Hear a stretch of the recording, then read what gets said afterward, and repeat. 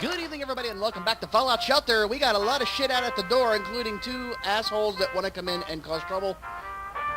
Bottle and Cappy are here. I am here. You're here. All of you people are here.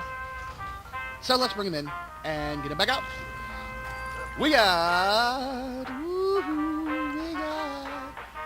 your stuff.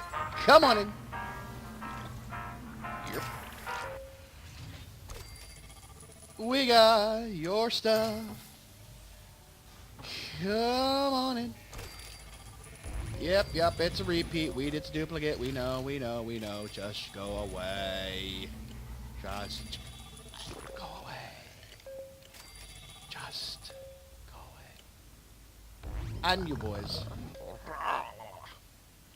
Oi, can't bring your shit in. Why can't we bring your shit in? These I want. I want these. Jesus. Tried to get that done. You had to go scrap some stuff. Place caught on fire. Bottle and Cappy left. I'm pretty sure that Bottle left a blunt smoking somewhere and caught something on fire. I don't know. Any case, we got some quests to get them out for. It always crashes and burns right here. Oh my god. Why? Hi. Okay, here we go. So we got Operation Sandman for the Horsemen of the Post-Apocalypse part. Yeah. We got the Banshee's Keen and and Aqua Nuka Cola for the Wizard of Water, and that's when the Irish Shires are going. We got a pet. We got a bird. Hey, that's cool because we haven't seen one of them in a long time. All right, so I need to make sure I've got armored vault suits. So this is gonna take a little bit. So give me 1 second. Just have to borrow. It's a sturdy vault suit. I wonder if that would work. Excuse me for a second there, Frank. Frank Enrique? Let's check it out. See if that works. Where is my Randy Campbell? Yep, that works. Okay, so we'll just get the rest of them in that. We're gonna just borrow 3 of their suits. They don't need it. Alright, let's get the rest of them out there. So, Operation Sandman for the Post-Apocalypse Part 2. We got Matthew Bishop's got to be wearing a sturdy vault suit at least. Randy Camp, he's got that stinking hat on still. Oh my god, I remember that episode. Wow. And Jacob Bishop. Oh, Jacob.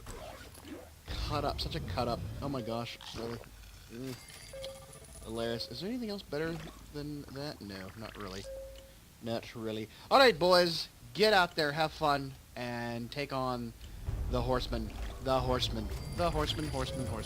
So what is the actual description on that one? We didn't actually look, did we? Despite the best efforts of Vault 144 dwellers, we've discovered the location of their home and that they are only worship death because death was incorrectly capitalized in their Vault's instruction manual. Oh, that's right, proofreading. Proofreading, people. Editing and proofreading. We must now infiltrate Vault 144 and stop them from waking death. Which I don't know that really matters, because obviously they were following somebody just because he was capitalized, so I don't understand why that's a big deal.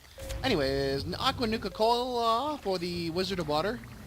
We will send out Kevin Ross, we will send out Keith White, and we will send out Butch. Get on the board, get out there, have fun. And that one was... The only way we can get any more information about the Water Wizard is to clear out this raider camp. Should be a walk in the park. Of course it is. It's always a walk in the park. Really? Never it is. It's never a walk in the park. Well, yes it is, actually. Alright, and the last quest for the When Irish Eyes Are Glowing, the Banshee's Keen.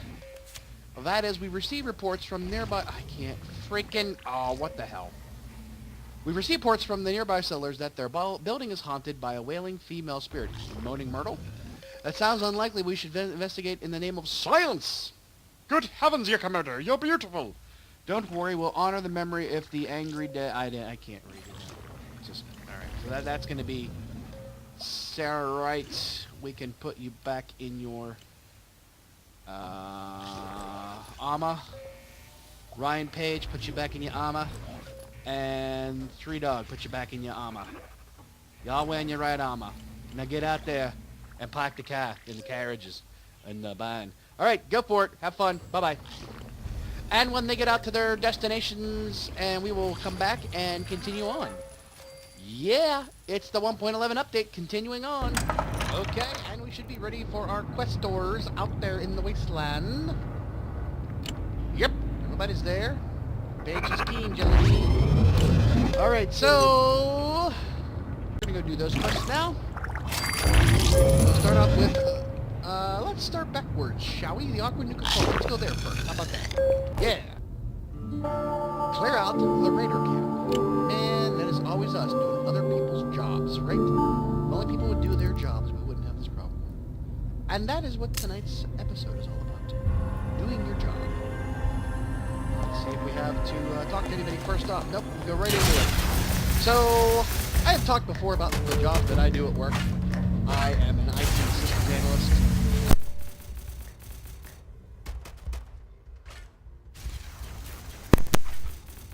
I have also disconnected my headset, so I had no way of telling you anything in the last couple of seconds. I'm IT analyst. I am also a technical writer. So what I do is basically when our ticketing system for how IT or how people submit a, hey, my crap is broken, fix it, they submit it through a program that I help administer. And when that breaks, we have to go fix it. And when we get new enhancements to it, we have to do the changes to it. And I have to sometimes document those changes for either our internal team to use or for external teams to use as an end user. Basically, I write the help guides and stuff like that in some cases. But the problem with that job is that the pace at which the updates occur, our system is our system is a web-based solution. Software is a solution. They call it SaaS. It's also it's all in the cloud. You don't really manage anything. It's all hosted for somebody else. Holy crap, dude! It's loud.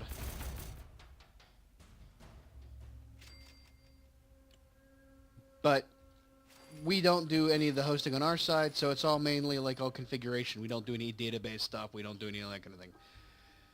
So the problem is, though, is that we're not in charge of the updates. We are not in charge of when things get patched. We are sort of at the mercy of the vendor, meaning if the vendor decides to update their software every quarter to patch based off of existing issues, we have to patch our system. If they go to a new platform every year, it's much like when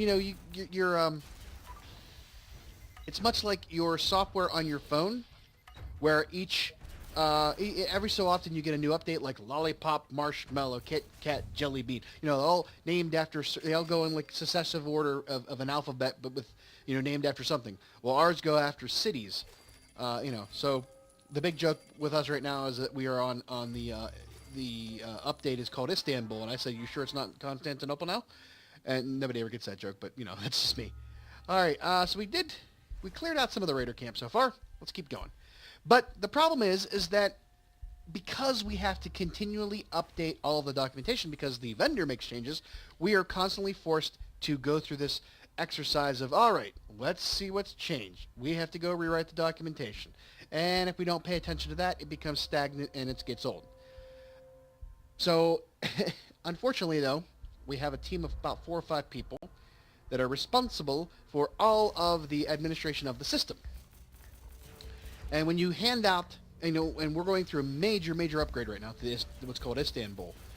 And because of that, it requires a lot of documentation updates because of all these screenshots that are in the documents of all the user guides and process guides and all that stuff, so that because they are moving more towards a mobile platform.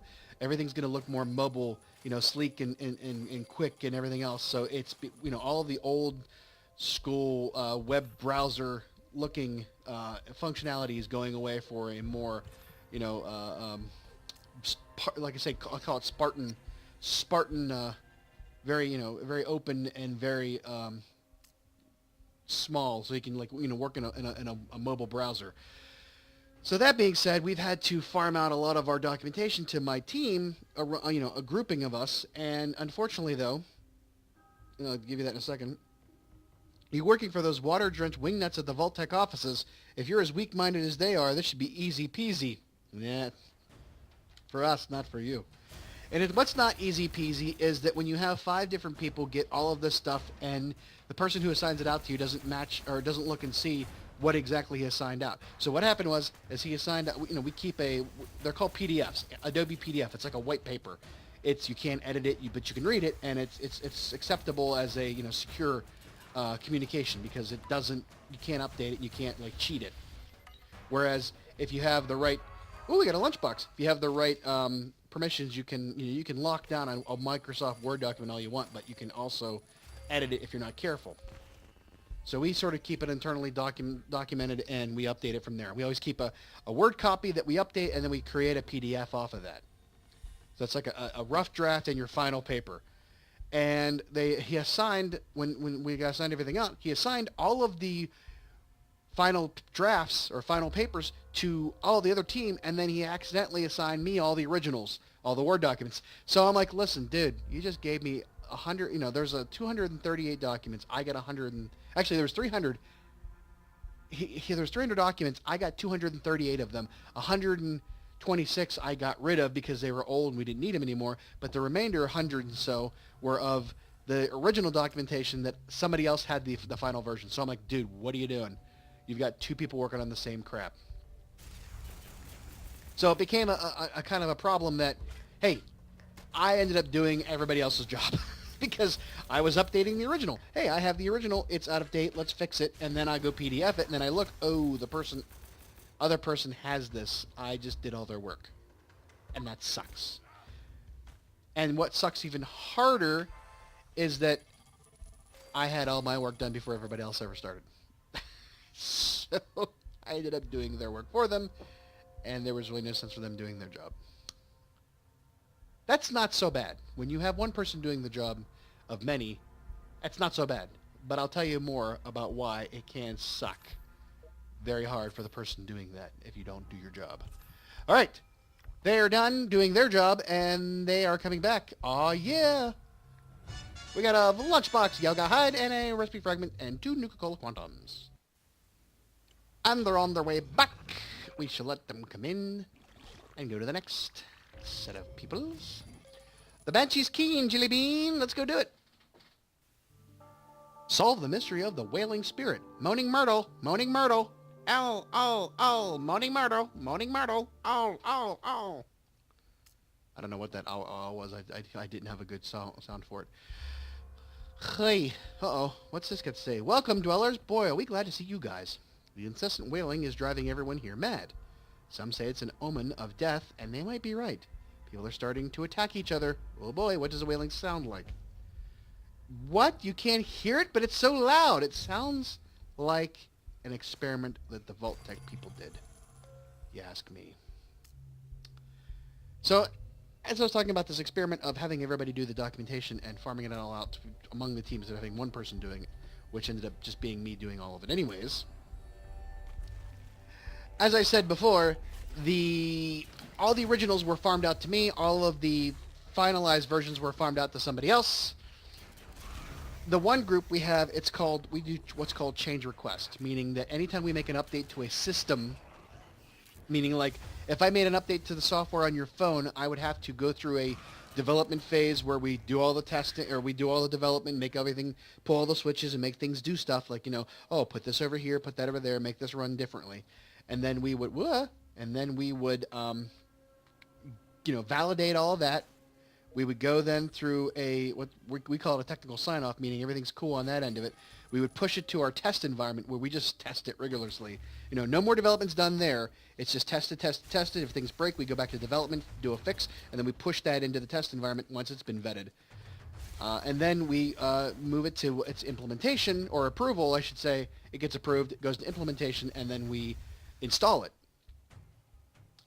So all the documentation surrounding the entire process, and we have, like I said, I work in IT, so we have all of our people who touch all of the systems within our organization for all, for IT to use, for HR to use, for marketing to use, all those different, programs on their computers that they use.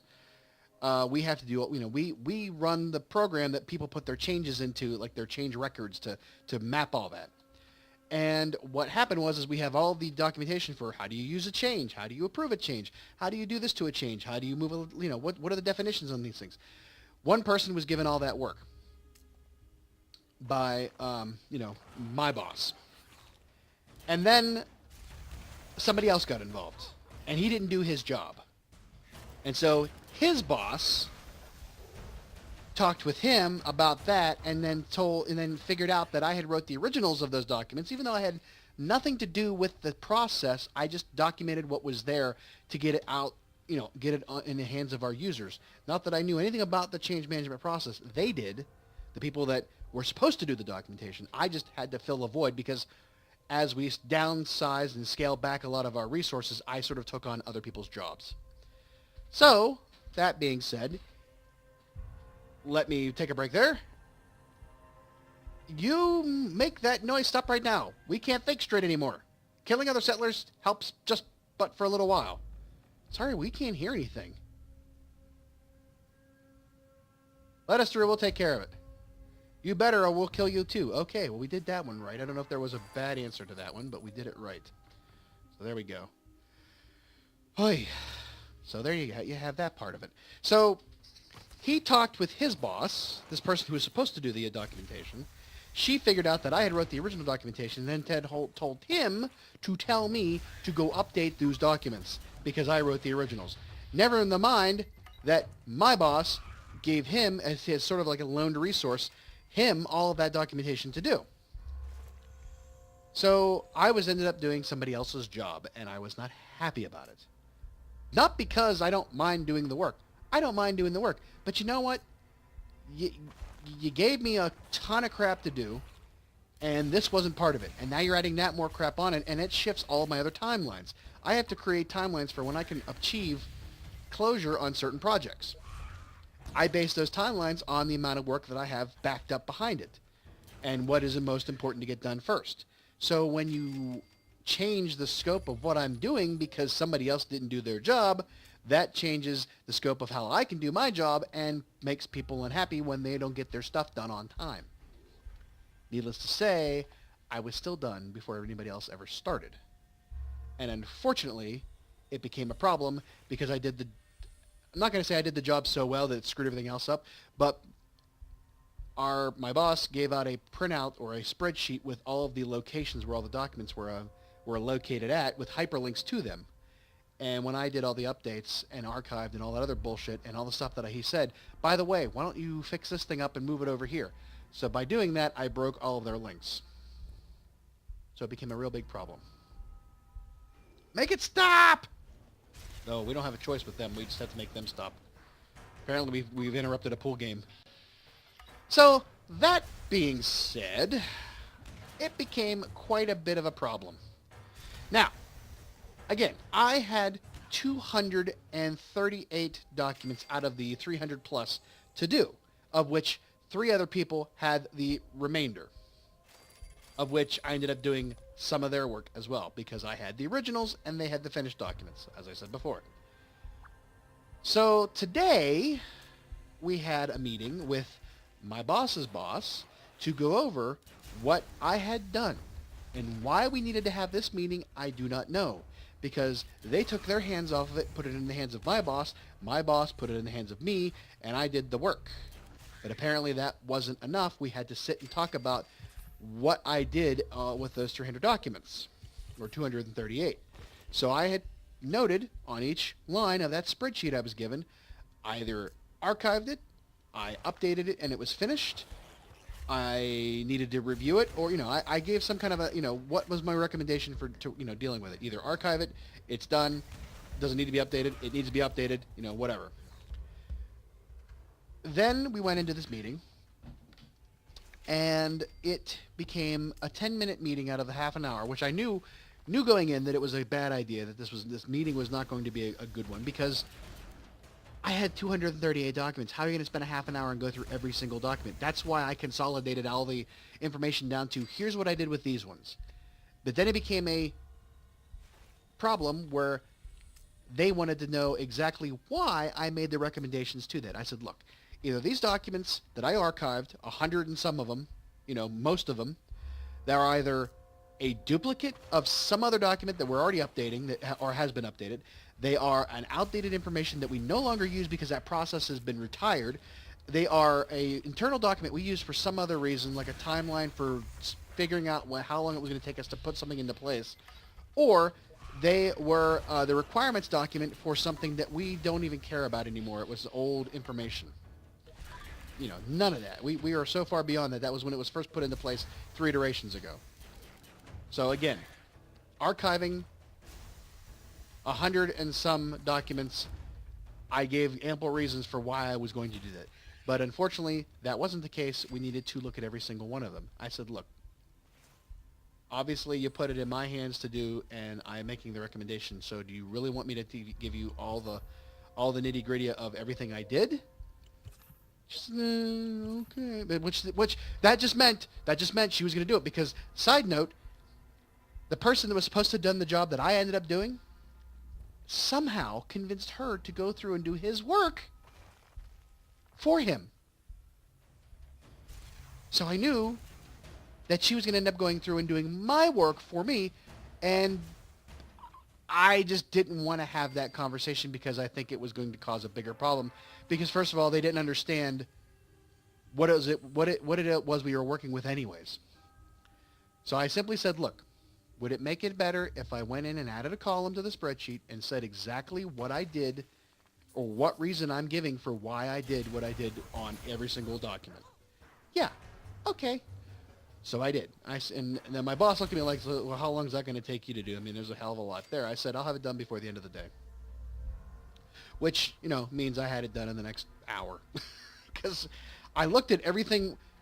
I touched all the documents. I knew what they looked like. I knew what they were, what was going on with them. The other point of it was that the file paths that were listed in the column next to where the document recommendation was told me, oh, this was a timeline. Oh, timelines, we don't need that. Oh, this was, the form docs. Oh, don't need that. This was just the helper docs. We rewrote a lot of our forms to ask the questions a little bit more pointedly so that you didn't have to have a helper doc, which just reiterated everything on the form. The Banshee's keening for you. What? So, yeah. It took me literally half an hour to an hour to do the work twice. So now I've wasted a lot of my time and a lot of everybody else's time for no good reason. And that is why I hate when I have to do other people's jobs. Because look, I don't mind doing work. I mind doing stupid work. And stupid work is when we have to do things because other people, don't know how to do their jobs. It's a shame. It's a real big shame. Especially when you realize that you are only a systems analyst and the people that don't know how to do things make an entirely exorbitant amount of money more than you do. Uh-oh, the Institute. Should have known. So you're the ones messing with our little experiment. We transmit the sound of a barn owl screeching directly into the settlers' brains. We then measure how quickly they turn against each other. Wow. And yes, we know owls are extinct. We've trained parrots to mimic them. That's why we get the parrot on this one. You can't experiment on settlers without their consent. Your scientific and alien superstitious beliefs will let you go if you give us the parrot. We'll let you go if you give us the parrot. Fine, we're done anyways. I probably could have killed them and been done, but I got the thing that stopped it, so there we go. But yeah, somebody else could do the job that they were hired to do. I wouldn't have to do all of the stupid things that are preventing me from doing the rest of my job, which this just trickles downward into a giant mess. And with that, this mess is done because we have beaten all of the monsters and all the bad guys in this particular quest, and we're going to come on back. Oh yeah. We got a trained parrot. 3 nickel quantums and some recipe organs we don't care about. Okay, they're coming back to the vault. And we shall go do the last quest, which is Operation Sandman. Exit, light, enter night. All right, stop the Vault 144 death cultists. Oh yeah. And you know who's gonna be the scariest son of a bitch this side of the vault? It's gonna be Randy Campbell with that goddamn bear mask on. he's he's doing a great job. Please open your manuals to Article 52, Subsection A. I probably wrote that. Soup dispensers must serve soup heated to exactly 200 degrees, except for gazpacho. The cultists run a tight ship. The overseer must give us any maintenance training. The overseer never gave us any maintenance training. Okay, well, that's all we do there. Sure, whatever. Okay, keep moving. So, what was I talking about when I said that other people should be able to do the job that they were hired for? Okay, here's the thing. Like I said, we write all of the manuals for all of the software that we use, and it's not just something that one person uses. Everybody uses it, from the lowest of end user to the CEO could use it. It's for them. You want to get access to something, you submit a form. You want to report a problem, you submit a ticket. Uh-oh. This guy's people look. Trespassers, death will be awakened. Okay. Well, you don't have any goddamn. Well, whatever. So the problem is that, like I said, we have to update these manuals or documentation every so often because things change. And I am always looking for ways for us to eliminate inefficiency and maximize our our ability to get things done quicker and faster, or faster and with better quality. And in doing so, I suggested rewriting all of our forms, and I had a little bit of help, suggesting. It was sort of like a group effort to suggest this. But maybe we need to remove all of the screenshots. A team has returned. How goes the quota? How many have you killed so far to awaken death? Hundreds of settlers and raiders have already been killed. Thousands of settlers. Well, we discovered the truth. The manual's wrong. Capitulation and death is a typo. True, that's blasphemy for flop's sake. So I decided to say, look, we need to remove all the screenshots because they keep updating the user interface on the software to where they make it more, like I said, they change, the colors are different, the icons are different, everything gets different.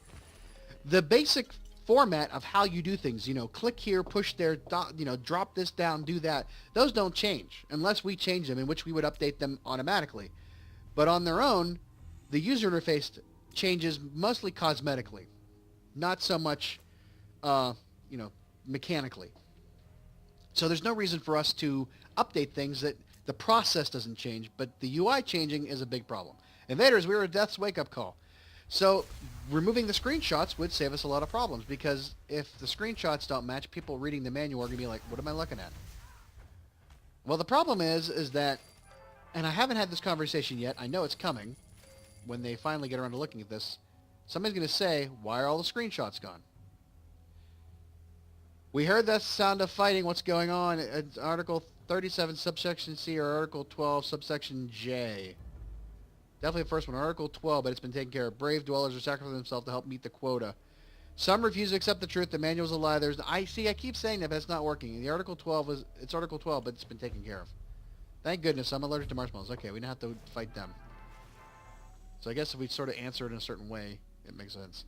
But where was I? My thought was, oh yeah, so we have eliminated having screenshots in it, but people like the screenshots. Why? Because apparently people can't function without pictures telling them what to do, even though it's superfluous to the entire operation.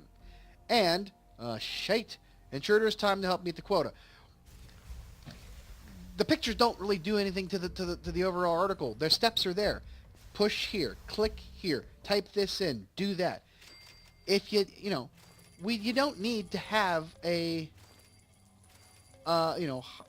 rocket science, to figure this out. It's self-explanatory. We live in a world that has, mostly has to do with, invaders. We are death's wake-up call. Has to do with technology and how to use technology. This should be pretty simple. Not to mention that the people that we're writing this for should at least have an associate's degree or higher to be working in their position. And why are we dumbing things down for them? That doesn't help anybody. How are they supposed to do their job effectively if we keep coddling them on everything? Like, look, dude, you're making it harder for people to work by being so insistent on stupid shit. Do you understand now how doomed you are? Your lies can't make us stray from our path. Dozens are still roaming the wasteland to meet the quota. And death, he's not even here. He's safe from you in a secret cave. Great. Isn't it more plausible that generations of dwellers based their lives on this miscapitalization? Isn't it more plausible that generations of dwellers... Then why even tell us about the secret cave? Since you're allowed to kill us, why don't you tell us where the cave is? Suppose you wake death up, what then? None of these really freaking matter anyways. Let's just do that first. The first one. Isn't it more plausible? No, that's just ridiculous. And then we fight them. So big deal. I don't know if there's a way to get around that, but oh well. So anyways, we hire people. We put them in their jobs, and they don't do their jobs because they don't understand what they're doing. And instead, they need to have everything dumbed down for them, which takes a lot longer to get people ramped up to do their jobs, and then we end up losing them because they get a different job, and then we have to start the whole process over again. If we just maybe incentivized doing your job a little bit more and treating people as adults and maybe not acting like they're children that don't know how to do things, maybe we have a better chance at getting things done the right way. But that's just me. I mean, that's just my thought. You know, I don't want to have to keep doing other people's work for them because they can't do it effectively. And that's the thing, is I keep getting told, look, we're not there yet. We haven't evolved. We haven't matured to a point where we can do that. You know, that's a crap excuse for why people suck. If they can't do their job, get somebody else to do it for them. Well, that's just, you know, no. It's time to be adults. We're all adults here. It's time to stop babying. Let's do everything the way we should. You know? But that's just me. It's probably why I haven't been pushed up the corporate ladder, because I keep taking the rungs out ahead of me. So yeah, now I would be really great. And here's the third part of my job is I am also the knowledge management coordinator. I am also the person who is supposed to look at our operation and say, you know, here's how you, here's the database for all the information on how to fix things. And people keep trying to use it as a place to stick their documents that are like so long that they require 15 pages in a table of contents. And to that I say, look, the knowledge base, this knowledge base for this purpose is simply to say, this is broke, this is why, this is how I fix it. Not, hey, every single scenario under the sun, this is what you do. No. So I keep trying to suggest a separate document repository for that, and I keep catching pushback on it. And then finally my boss said, all right, fine, go do it. I'm like, all right, fine. He's like, well, I need a timeline on it. I'm like, well, I'd like to give you the timeline, but unfortunately, I'm too busy doing other people's jobs. I have a lot of fun at work.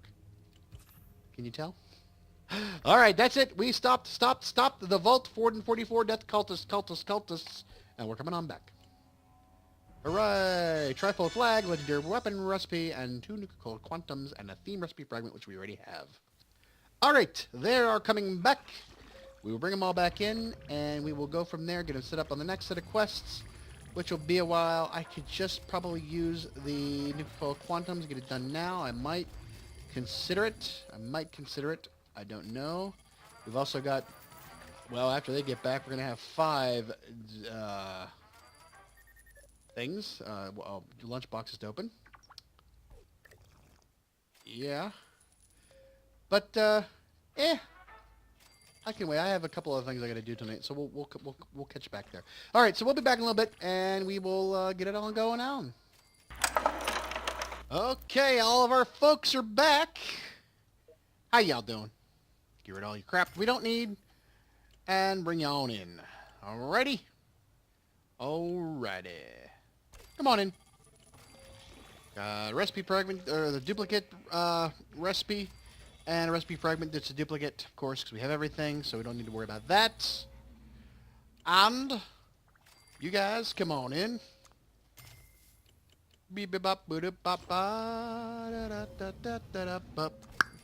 And you guys, come on in. All right. All right. All right. All right. All right. Right. Good. Come on. Get on her. Okay. So let's see here. We gotta get people back in their regular outfits. Regular outfits. No, that's not your regular outfit, is it? Is that your regular outfit? I don't think so. I think that's your regular outfit. Oh, I missed him. I missed him. Oh, well. Oh, TD Power 6. There you go. All right.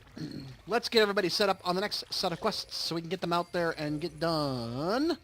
We got Horsemen of the Post-Apocalypse Part 2, number 6. Get a pet, another pet, and a Nuke Quantum.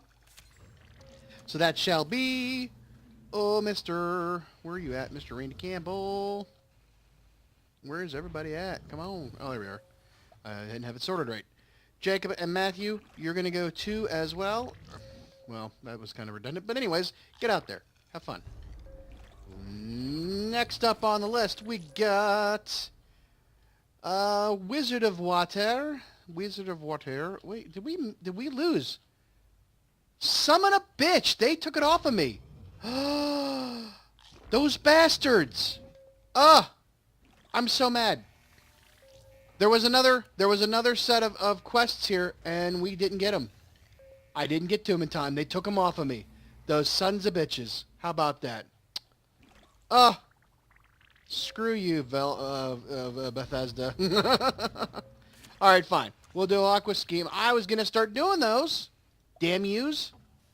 Keith, Butch. Oops, Butch. Go forth and have fun. Do that. I'm kind of mad about that. That sucks. And then we will offset it. We'll do the last Wizard of Water after they come back in. So let them do their thing, and we'll come back in and send them back out again. And we'll finish up those ones. I'm mad at myself. I didn't think that was going to happen. Didn't think that was going to happen. Son, that sucks. Well, you know, hey, I can only get to them in so quickly a fashion. All right, well, while we're here, we might as well open up our lunchboxes. So we got 5 of those mother truckers. And right off the bat, we got something big. We got a gold watch. We got power. We got a swing dress. Woohoo. Got caps. And we got caps. Which, of course, count for nothing, even though they go over top of your 999,999 caps. But you can't really use them for anything that great. Caps, a rifle, a shovel, power, Arthur Crawford. Another damn mouth to feed. Okay, well, there we go. Who else we got? We got BB gun. We can get rid of that. We got water. We got caps. We got shovel. And we got more caps. And another set of caps. And a rusty level action, whatever, globe. Right away, and caps. And of course, it won't matter how many caps we get. You can only get up to like 1,000 over, I think. Stim pack. Engine provocateur. Caps. And, what is it? Chemistry flask. Wee-hee, yay. And more caps. So as you can see now, I got up to 2,499 caps. So it does keep counting towards it. So if I had perhaps a crap ton of lunch boxes, I could have, I guess potentially you could have another million caps. Is that possible? I guess so. Maybe it is, maybe it isn't. Who knows? Asshole. Where you at? Son of a bitch died on me.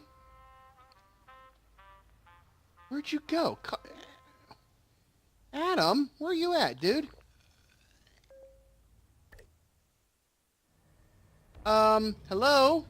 Adam? You don't know. Get up there. Yeah, well, so Deathclaw, one of them actually died. And he ended up in the, going on coffee break after he died, after I revived him. Well, son of a bitch. Alright, you get in there. So, there we go. 169 people in the vault. Yikes. Alrighty then. So, that's all for tonight. Have a good one. please think about doing your jobs and be good at your job and do your job well. I don't know. I got nothing else. That's it for the night. Thanks a lot. Bye-bye.